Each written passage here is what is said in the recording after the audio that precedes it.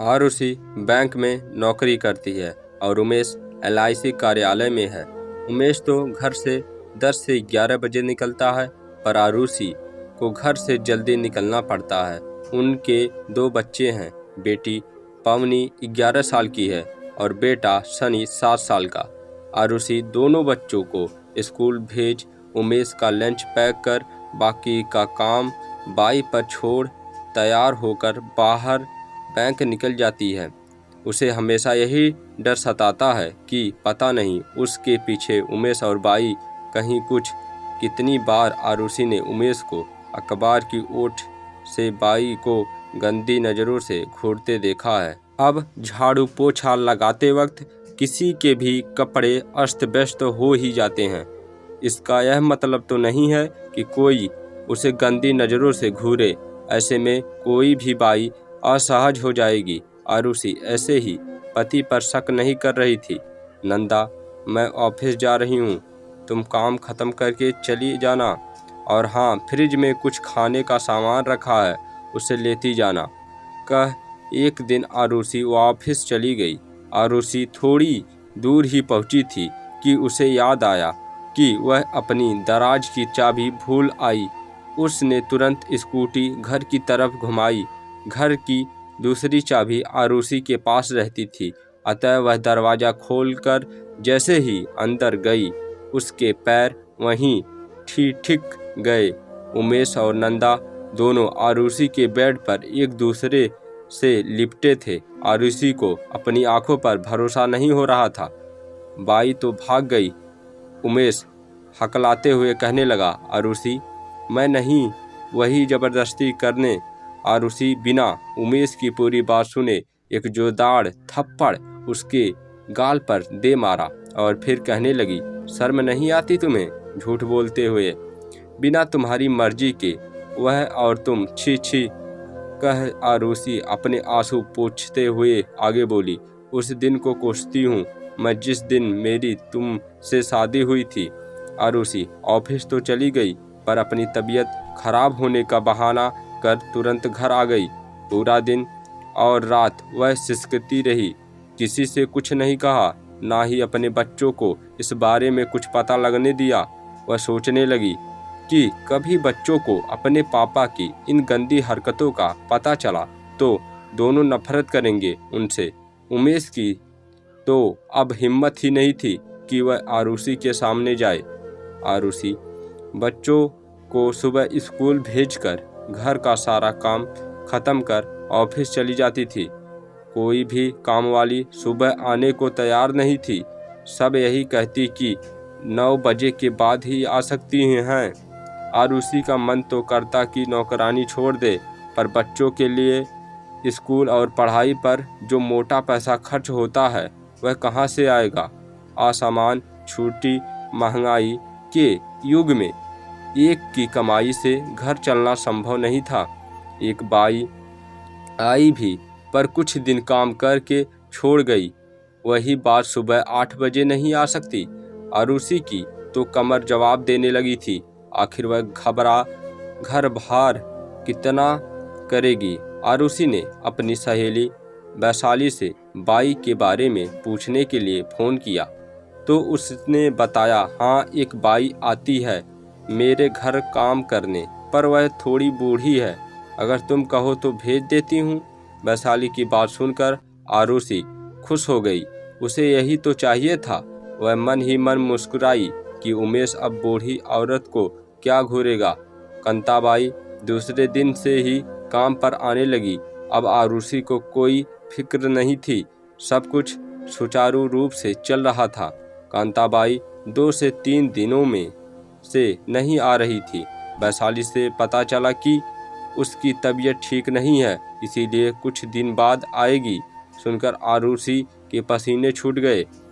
कांताबाई एक रोज किसी और को लेकर आई और कहने लगी, मैडम जी यह मेरी बहू है रूपा, अब से यही आपके घर काम करेगी। कांताबाई, जब आपकी तबीयत ठीक हो जाएगी तब तो आओगी ना काम पर। आरुषि ने पूछा, मैडम जी अब मुझे से काम नहीं होता है, गठिया की शिकायत है मुझे। काम करती हूँ तो दर्द और बढ़ जाता है, मगर आप चिंता ना करो, मेरी बहू मुझसे भी अच्छा काम करेगी, कांताबाई ने कहा। आरुषि ने हाँ तो कह दी, पर फिर वही शर्त कि सुबह 8 बजे आना पड़ेगा। रूपा मान गई। रूपा काम तो अच्छा करती थी, पर आरुषि को डर लगा रहता था कि उमेश की गंदी नज़र कहीं रूपा पर भी ना पड़ जाए। रूपा थी भी बहुत खूबसूरत, और फिर उम्र भी ज़्यादा नहीं थी, यही कोई 22 से 23 साल। आरुषि के सामने ही वह काम कर के चली जाती थी। आरुषि रविवार के दिन रूपा से खाना बनवाने में भी मदद ले लिया करती थी। रूपा का व्यवहार भी अच्छा था। आरुषि हमेशा उसे कुछ ना कुछ दे देती थी, जैसे पुराने सलवार सूट, चूड़ियाँ, बिंदी, लिपस्टिक आदि। रूपा भी बहुत खुश रहती थी। आरुषि को वह अब मैडम जी नहीं, दीदी कहकर बुलाने लगी थी। आरुषि ने जब एक दिन रूपा से पूछा कि तुम्हारा पति क्या करता है, तो बोली, दीदी मेरा मर्द मजदूरी करता है, हमारी शादी के अभी 2 साल ही हुए हैं। रूपा अपने मायके, ससुराल, नाते रिश्तेदारों सब के बारे में बताती रहती थी। आरुषि अब रुपया पर भरोसा करने लगी थी, परंतु उसे अपने पति पर कतई भरोसा न था। रूपा को आरुषि के घर काम करते हुए करीब 7 महीने हो चुके थे। अब तो रूपा कभी कभार लेट भी आती तो आरुषि कुछ नहीं कहती थी। उसे लगता था कि अगर रूपा ठीक है तो उमेश कुछ नहीं कर सकता। रूपा अब बड़े सिलके से सज धज कर रहने लगी थी। आरुषि ने एक दिन पूछ ही लिया, रूपा आज तो तुम बहुत अच्छी लग रही हो, और यह तुम्हारा सलवार सूट भी कहाँ से खरीदा, बहुत ही सुंदर रंग का है। रूपा कहने लगी, दीदी मेरी माँ ने दिया था। रूपा का चेहरा कुछ दिनों से बड़ा ही खिलखिला सा लगने लगा था। आरुषि ने पूछा भी, रूपा आजकल बड़ी खुश नजर आ रही है, कोई बात है क्या? तब रूपा ने मुस्कुराकर कहा, नहीं दीदी। रूपा कुछ दिनों महीनों से काम करने लेट से आने लगी थी। पूछने पर कहने लगी, मेरी सास बीमार है, इस कारण से देर हो जाती है। आरुषि कुछ नहीं कहती, उस पर घर छोड़कर ऑफिस चली जाती थी। आरुषि को इस बात की हैरानी होती थी कि उमेश इतना कैसे सुधर गया। रूपा उसे चाय देने भी जाती तो नज़र उठाकर भी नहीं देखता। आरुषि को लगा कि शायद उसे उस दिन का थप्पड़ याद है, और फिर मुस्कुरा उठी। आपको याद होगा जब मैं पहली बार आपके घर लेट आई थी, जैसे ही मेरा काम ख़त्म हो गया और मैं अपने घर जाने लगी तो साहब ने कहा कि 1 कप चाय बना दो, फिर चली जाना। चाय देकर मैं जाने लगी तो वो बोले कि रूपा थोड़ी देर बैठो, फिर मेरी बनाई चाय की तारीफ करने लगे। फिर कहने लगे कि तुम्हारी दीदी यानी आप इतनी अच्छी चाय नहीं बना पाती हैं, चाय क्या उसके बनाए खाने में भी स्वाद नहीं रहता। फिर कहने लगे कि मैं आपको कुछ ना बताऊं, वो अब रोज़ मेरी तारीफ करने लगे। बोलते बोलते रूपा चुप हो गई। रूपा फिर कहने लगी, साहब ने एक रोज़ मुझसे कहा कि तुम्हारा पति यहाँ नहीं है, तो तुम्हारा कभी मन नहीं करता है? उनकी नज़रों और उनकी कही बातों को मैं समझ गई। फिर कहने लगे, देखा रूपा, यह कोई शर्म की बात नहीं है, यह तो शरीर की ज़रूरत है और सभी को चाहिए ही। तुम्हारी दीदी तो मेरे साथ बैठना भी पसंद नहीं करती। साहब रोज़ मुझे पैसे पकड़ा देते थे, कहते थे कि अपनी दीदी को कुछ ना बताना, कभी भी किसी चाय या पैसे की ज़रूरत हो तो मुझसे मांग लेना, बिल्कुल संकोच मत करना।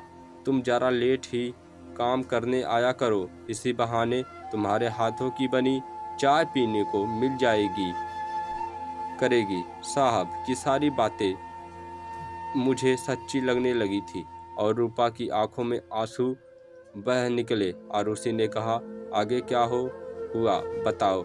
यह और स्टोरी देखने के लिए चैनल को सब्सक्राइब करें, और चैनल को सब्सक्राइब करके नोटिफिकेशन ऑन करें। जय हिंद, जय भारत।